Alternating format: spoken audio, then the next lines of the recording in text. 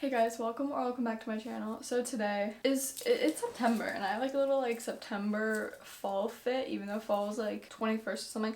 I don't know. I also forgot to film this yesterday, so we're doing it now. So anyways, in August I read People We Meet on Vacation by Emily Henry. I gave it a 3.25 and it was really good. It was like really cute. I read this like in summer. I think I read it, yeah, I read this on summer. I actually read it on vacation, so I mean, perfect. I bought this like 5 months ago and I was just waiting.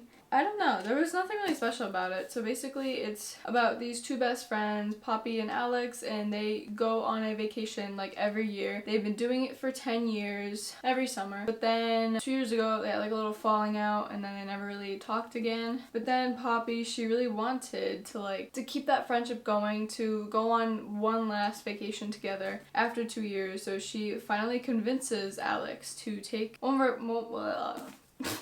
to take one more vacation with her, and now she tries to fix everything, and yeah. So I liked the scenes where Poppy and Alex were in present day together, on the vacation, them trying to act like nothing happened, right? But throughout this book, there would be a chapter of present day, but then the next chapter would be a flashback, and you would go through all of their vacations together from the first time they met to their falling out at the very end of the book. It was really interesting. I liked the concept of that. I really liked it, but it was just, I got bored sometimes during the flashbacks, and it's just, I don't know, this book didn't really give me any really feels, you know? Books give you feels, especially a 5-star book. 5-star book, their feels are just immaculate. 3.5, but I like Emily Henry's writing, so I will most likely pick up another book by her. Yeah, I got this at Target, I think. Okay, so after that book, I actually read on my Kindle. I read 3 books on my Kindle, I think all in order. Yeah, so last month, July, I read Scarlet Princess by Robin D. something and Ellie Madison. And I gave it a 3.5, I gave it a 3.75. And this is part of a 4-book series called the Lochlann Fueds, I believe. And so this book basically is about this girl. She's a princess from another kingdom, country, whatever you want to call it. And then she just has a mistake, she ends up into the enemy country, kingdom, whatever, by mistake, and then they caught her, and then they're trying to figure out what the heck to do with her, if they should kill her, if they should bring her back to her country, if they should just keep her. That's basically it. There is a romance. This is advertised to me as an enemies to lovers romance, and when I first read the first book I was like, this isn't really enemies, but then the next 3 books, oh my god, so good. So yeah, basically this first book, you're just learning about the world, learning about the characters, just learning about how things work, and it's setting it up. That's it. The first book isn't really special, so you're just setting it up. And I hate it when books do that. They don't really grab you in. But it did start right in the plot. It didn't, you learn as you go in the book, which I really like that because it's not boring. But it was nothing really special for me, and I gave it 3.75.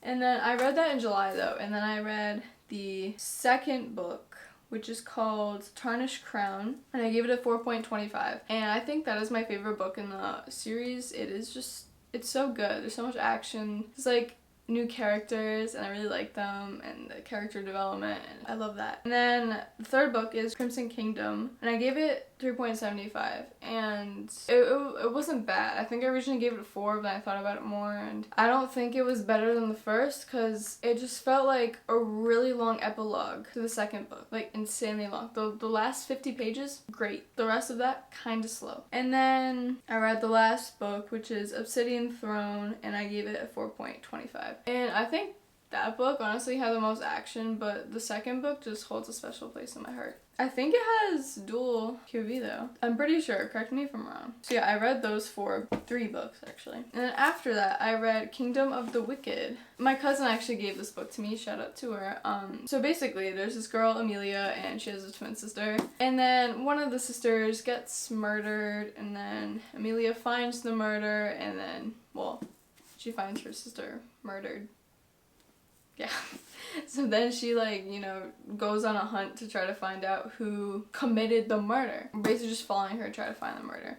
And then she meets this guy, Wrath, who is one of the Wicked, and the Wicked are like princes of hell. I think there's 7 of them. He's bad, right? Like, she's been warned to not trust Wrath and just his siblings. But Wrath says that he's on her side. It takes place in Italy, by the way, so really cool.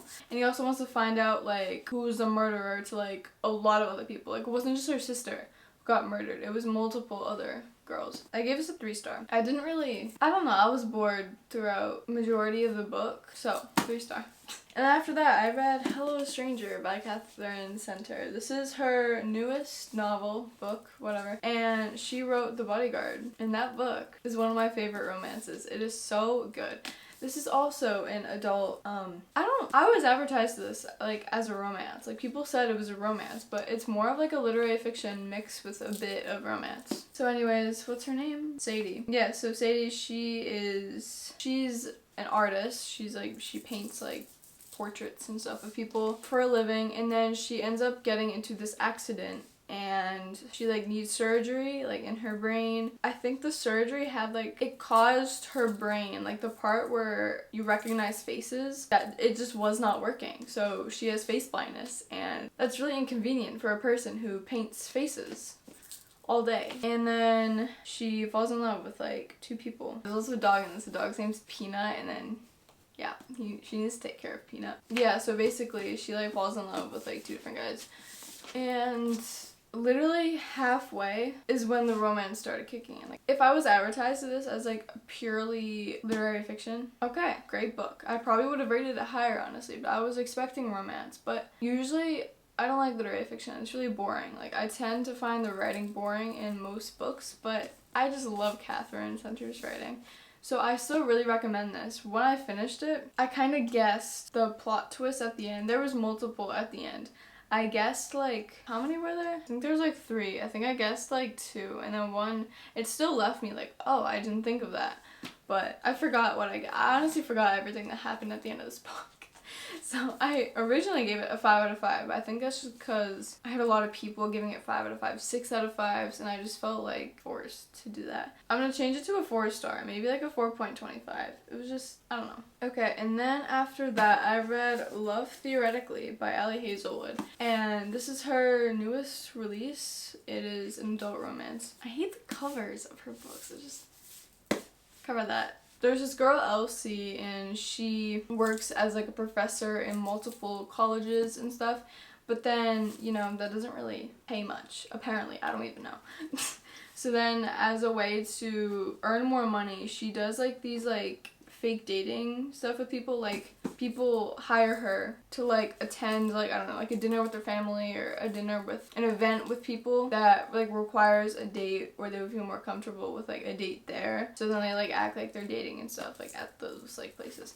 And then one of the client's brothers is actually standing in her way of like applying for a new job at MIT. I think it's like another like professor job, except it pays a lot more and she has more freedom to do like her research, science and stuff. And then yeah, his brother is like the head of the physics department at MIT and knows who she is, and it's just, but this book was so like sciencey. Like, it compared to Love Hypothesis, I read that as well. It's just so much more science, and I love like the science politics. I don't know, like I never thought I'd be saying this. I hate science. Science is like my worst subject. I don't like it. But it was so good. I don't know. I was so like intrigued. I actually felt smart. Like, oh my gosh. I'm reading about like physics. Like, who knew? Really good book.